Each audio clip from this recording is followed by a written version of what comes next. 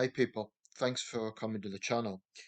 I want to talk here about domestic British politics, and as ever with these videos, covering an issue like domestic politics is simply too much ground to cover in one video, so I'm just outlining some of the points that are on my mind. Um, so we had the spring budget, Jeremy Hunt's first budget as Chancellor.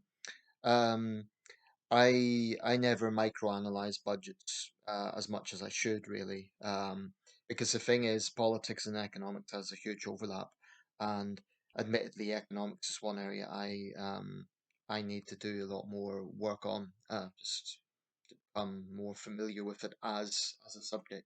Just I know the basics, but I feel not enough. So anyway, but one thing that came out of that budget that was good.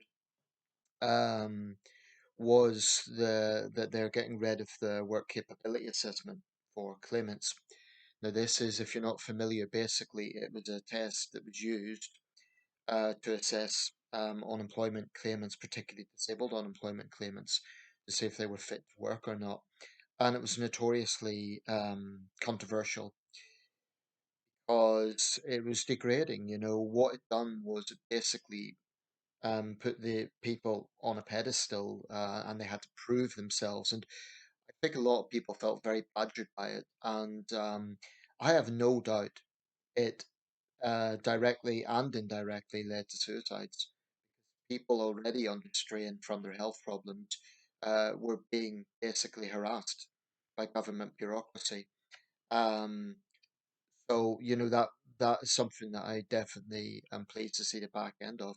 I didn't personally have to go through it because I'm not disabled, but people close to me have been through that situation, and it is, you know, one of the biggest problems. And I don't want to go off on a tangent here, but one of the biggest problems I think in the in our current welfare system is the sanction culture.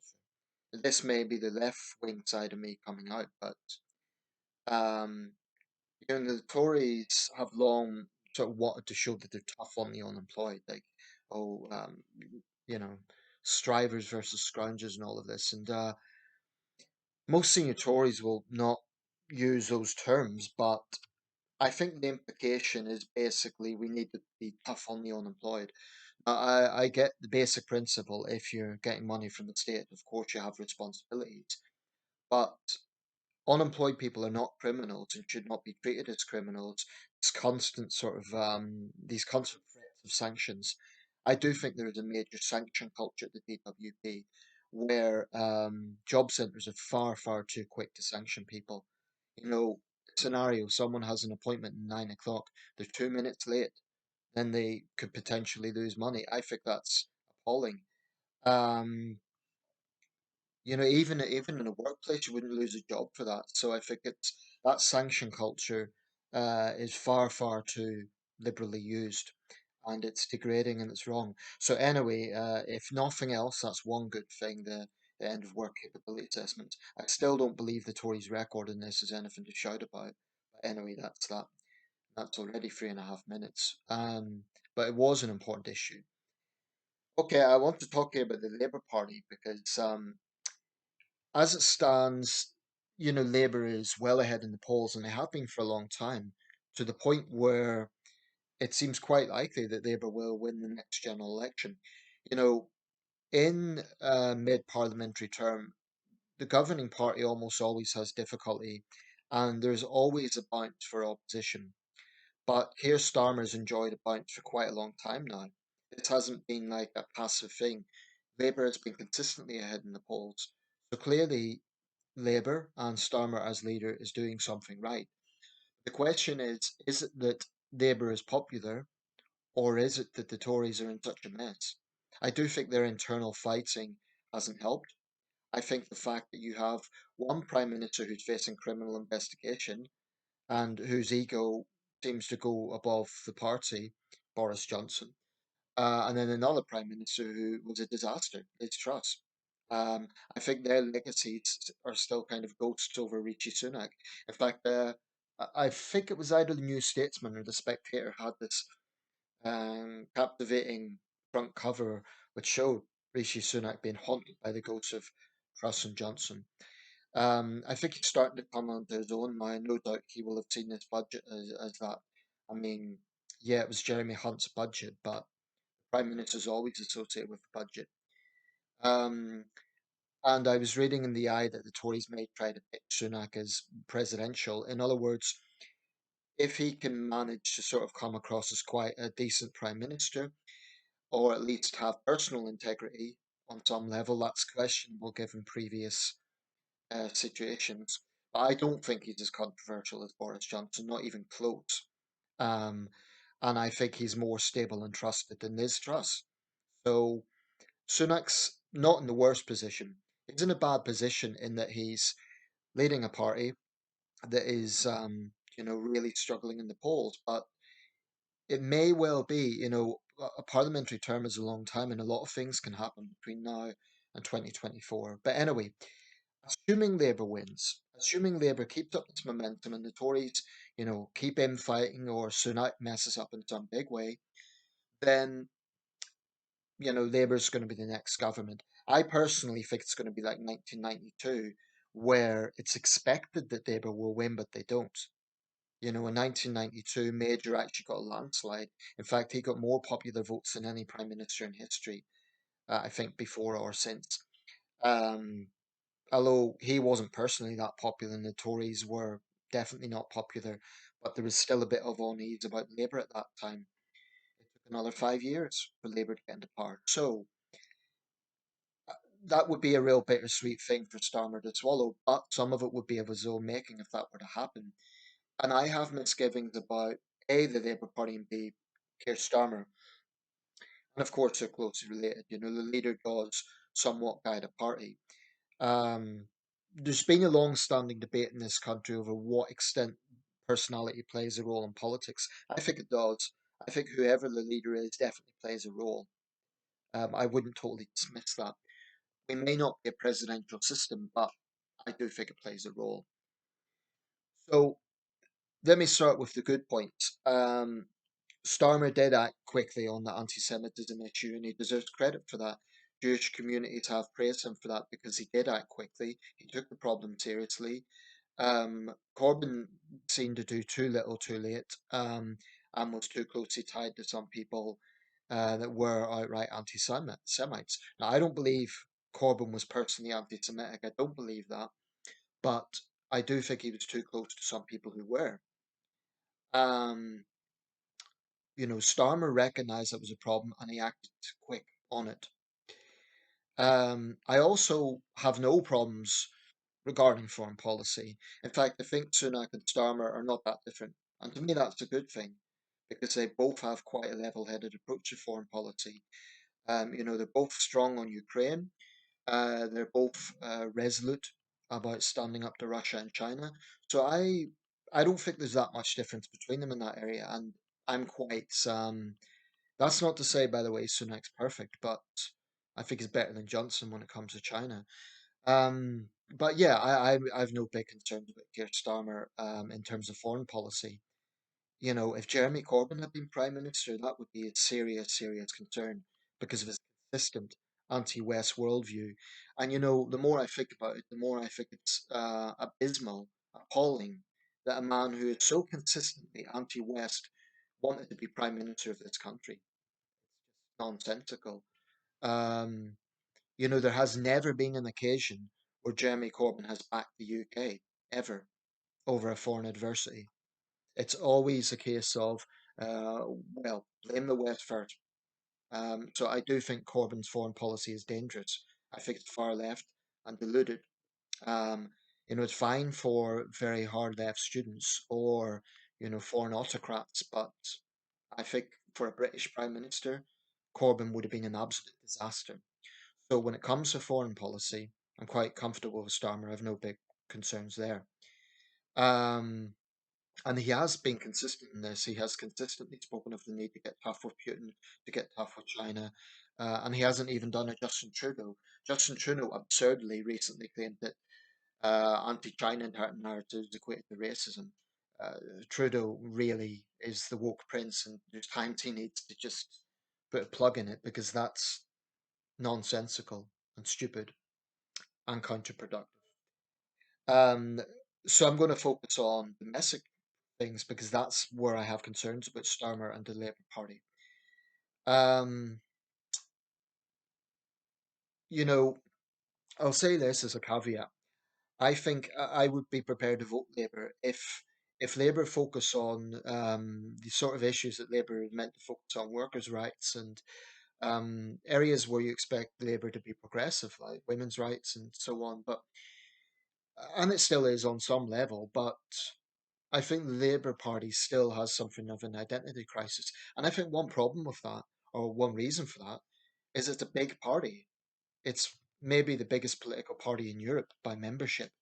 So it has, I'm not sure how the CDU and the SPD in Germany compare in terms of members, but the Labour Party is a big party. Inevitably, when you have thousands and thousands, tens of thousands of members, you're going to have a wide range of views. That's inevitable, and it's not a bad thing in a democracy. But the question is, how fractious is this? I mean, what sway do the Corbynites and the hard left have? That's why we're still talking about Corbyn, because they're still very much in the Labour Party, and they still are very vocal. So Corbyn may no longer be leader, but the Corbyn legacy is far from gone. By the way, those who say it was all a big right wing plot, that's kind of insulting to the British public because Corbyn had two chances. Two chances. Most opposition leaders only get one chance. Corbyn had two, and both times he was rejected by the British public. Um, with Keir Starmer, I have two principal concerns. One is the identity politics issue. You know, Starmer took the knee. Starmer cannot say what a woman is. He was asked that straight question by Nick Ferrari. Mr. Starmer, I forget the precise verbatim of the question, but he was asked what a woman is. And he could not say. He said, "This is something we have to be sensitive about." Let's not. It looked like he was almost uncomfortable with the question, like he didn't want to answer. And, you know, it's easy to laugh about this, but actually, it has implications. If a man who aspires to be Prime Minister of the United Kingdom cannot respect, you know, the fact that biology matters, that's seriously concerning. Interestingly, in the Australian election, both Scott Morrison and Anthony Albanese answered that question with no problems. So this isn't something that's universal with the left. You know, it's something that you get with the, I would say, regressive left. Yeah, you can respect trans rights and, you know, talk about not demonizing trans people. But I do think a lot of women, and I think this has played a fact, by the way, Nicola Sturgeon's downfall. I do think a lot of women feel threatened.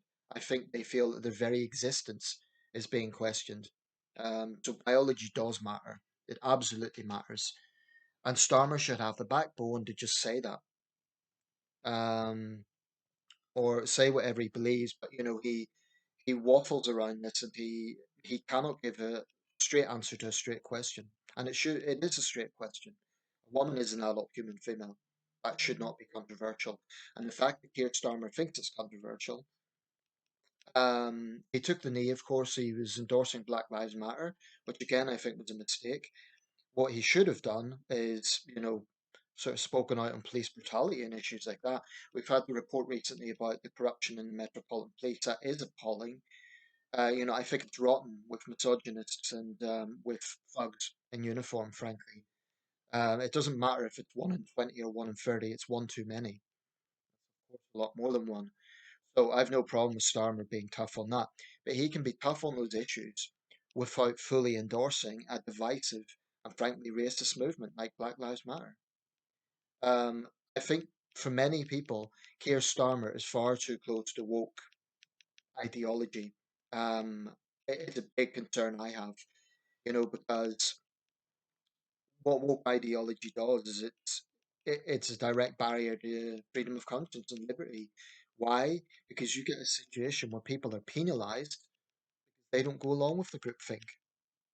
You know, there was a case, I think it was in Plymouth not long ago, where a nurse who happened to be a white Christian, the Christian part wasn't that relevant, but the fact is she refused to do the seminar on white privilege, understandably, because she didn't want to be collectively shamed. So you have situations like that where people are, this isn't, you know, it infuriates me when people say being woke is about being kind. Rubbish. That is dishonest. Being woke is about control. Being woke is about groupthink. Being woke is it is not what it is portrayed to be. And I think Starmer is far too close to it. Not just Starmer, other people in senior Labour positions.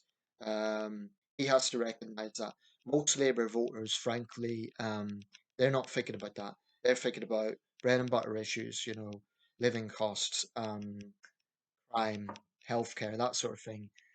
And so I think Starmer really needs to distance himself from that woke ideology.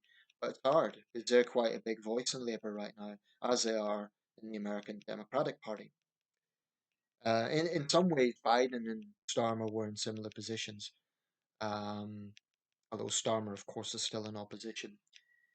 The other big thing, and this may even be a bigger concern, is Islamism. I have no doubt there are Islamists in Labour ranks. By Islamist, I mean a Muslim who wants to bring their faith into politics in the sense of trying to inject theocracy. That's basically how I see an Islamist. Um, and we've had a lot of incidents in this country. There was the most recent one in Wakefield, the so-called Quran desecration incident. Actually, it had mild scruffing. There was no desecration. A Labour councillor in Wakefield basically called for the Army, Navy, and the Air Force. Well, not literally, but he called for the police. He called it.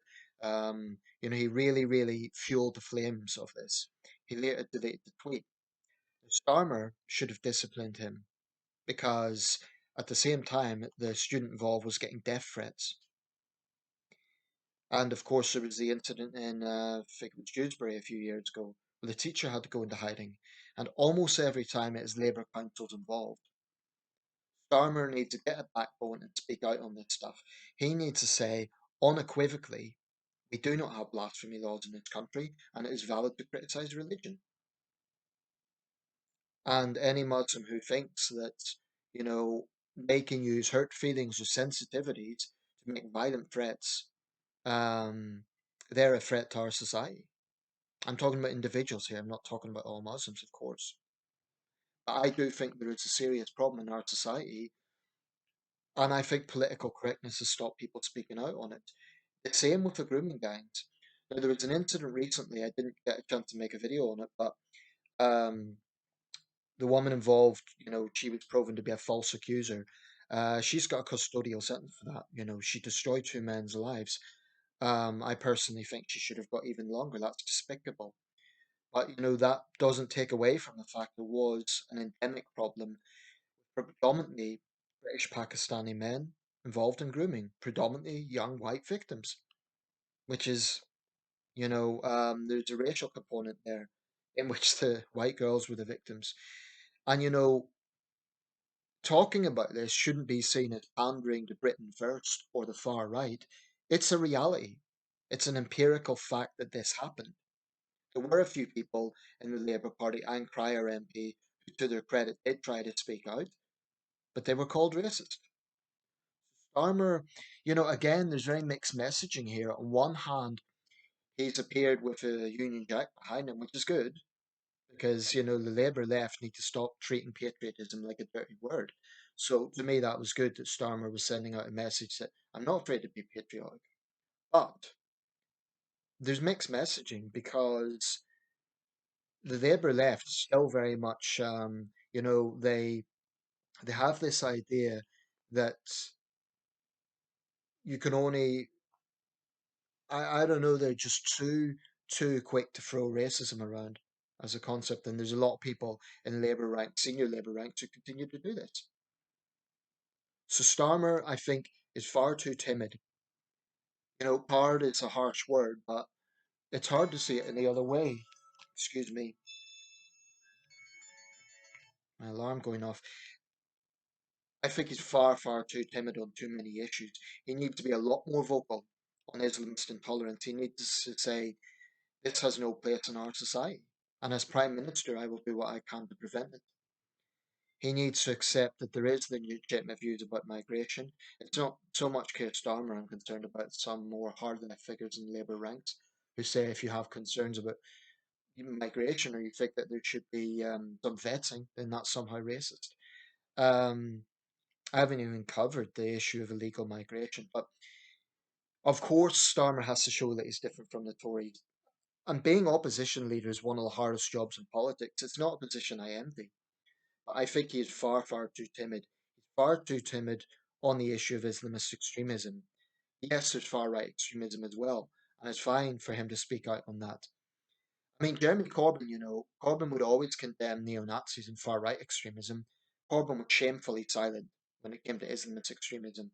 But it's not really surprising when some of his buddies were outright Islamists.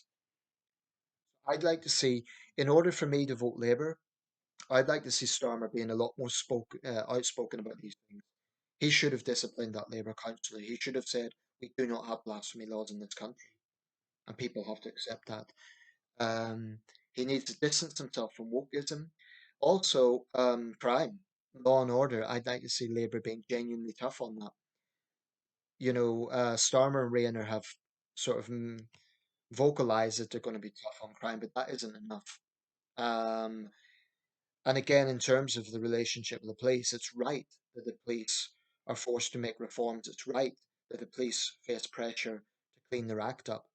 There's no inconsistency in saying we support the police, they need to clean their act up, but we also want to empower the police to arrest criminals.